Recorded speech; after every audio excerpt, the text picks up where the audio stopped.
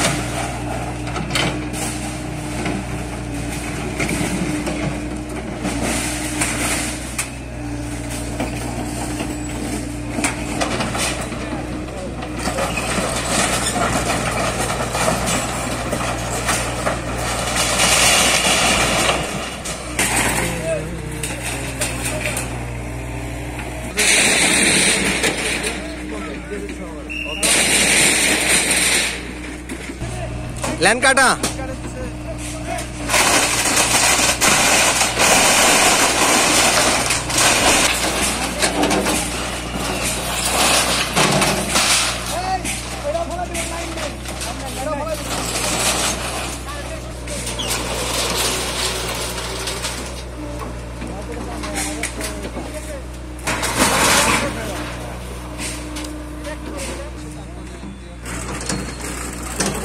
বিভাগের প্রায় 1,22,000 একর বনভূমি আছে।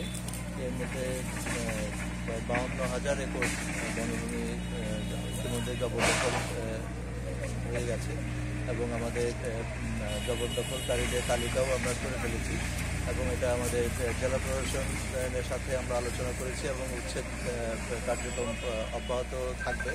আজকে থেকে আমাদের মির্জাপুর উপজেলায় এই উচ্ছেদ কার্যক্রম শুরু হলো। এই কার্যক্রমটা চলমান থাকবে। আমরা প্রতি সপ্তাহেই এই ধরনের উচ্ছেদ কার্যক্রম অব্যাহত রাখবো এবং আমাদের গতকাল থেকে এই সমস্ত এলাকায় মাইকিং করা হয়েছে। যারা জবরদখল বনভূমিতে অবস্থান করছে তাদেরকে চলে যেতে বলা হয়েছে মাইকিংয়ের মাধ্যমে, যাতে কোনো ধরনের ক্ষতি না হয়। আমরা যেটা দেখছি যে আমাদের এখানে বনাঞ্চল এলাকায় সামাজিক বনায়ন করা হয়েছিল। সেই সামাজিক বনায়নের মাধ্যমে আমরা যে সমস্ত এলাকা থেকে এই জবরদখলকারীরা ছিল তারা আমাদের গজারি গাছ কেটে বা শাল গাছ কেটে এখানে বিভিন্নভাবে বসতি স্থাপন করেছে। সেখানে আমরা এবছর থেকেই আমাদের এই বছরে প্রায় 370 একর বনভূমি উচ্ছেদ করার পরিকল্পনা আছে এবং আমরা ধীরে ধীরে এই সমগ্র টাঙ্গাইল বিভাগেই এই উচ্ছেদ কার্যক্রম পরিচালনা করব। বিশেষ করে মির্জাপুর উপজেলা, টাঙ্গাইল উপজেলা, ফরিদপুর উপজেলা এবং মধুপুর উপজেলায় যে সমস্ত জবরদখলকারী আছে সকলকেই সকল এলাকায় উচ্ছেদ কার্যক্রম অব্যাহত থাকবে এবং উচ্ছেদ কার্যক্রমের সাথে সাথেই আমাদের যে আসন্ন যে বর্ষা মৌসুম আছে সেখানে আমাদের যে মধুপুরের যে ঐতিহ্য শালবন, শাল এবং চাপালিশ এবং গামার এই সমস্ত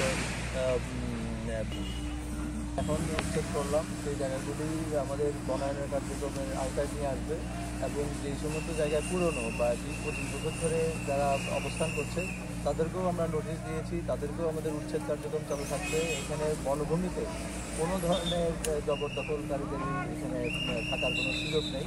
এটা আমরা পর্যায়ক্রমে নতুন করব, যেমন রক্ষা এবং টাঙ্গাইলের যে শালবন কীভাবে ফিরিয়ে নিয়ে আসতে পারি সেটার ব্যাপারে আমাদেরকে সহযোগিতা করবে। আমরা আশা করি যে আমরা পর্যায়ক্রমে পুরো টাঙ্গাইল বন বিভাগেই আমাদের শালবন হারিয়ে গেছে সেটা ফিরিয়ে আনতে পারি। তাদের প্রত্যেকেরই একটানা একাধিক ঘর বাড়ি আছে, হলো যে সমস্ত জায়গায় বনভূমি নাই বা যে সমস্ত জায়গায় তাদের রেকর্ডকৃত জায়গা, তাদের এলাকায় তাদের নিজস্ব ঘরবাড়ি আছে। তাদের রেকর্ডকৃত জায়গায় বা গাজীপুরে বা টঙ্গীতে বা মির্জাপুর শহরে তাদের বাড়িঘর আছে। তারা কিছু গরিব মানুষকে দিয়ে বা কিছু স্থানীয় লোকজনদেরকে দিয়ে এই বনভূমি জবরদখল করার চেষ্টা করেছে। তারা অপেক্ষায়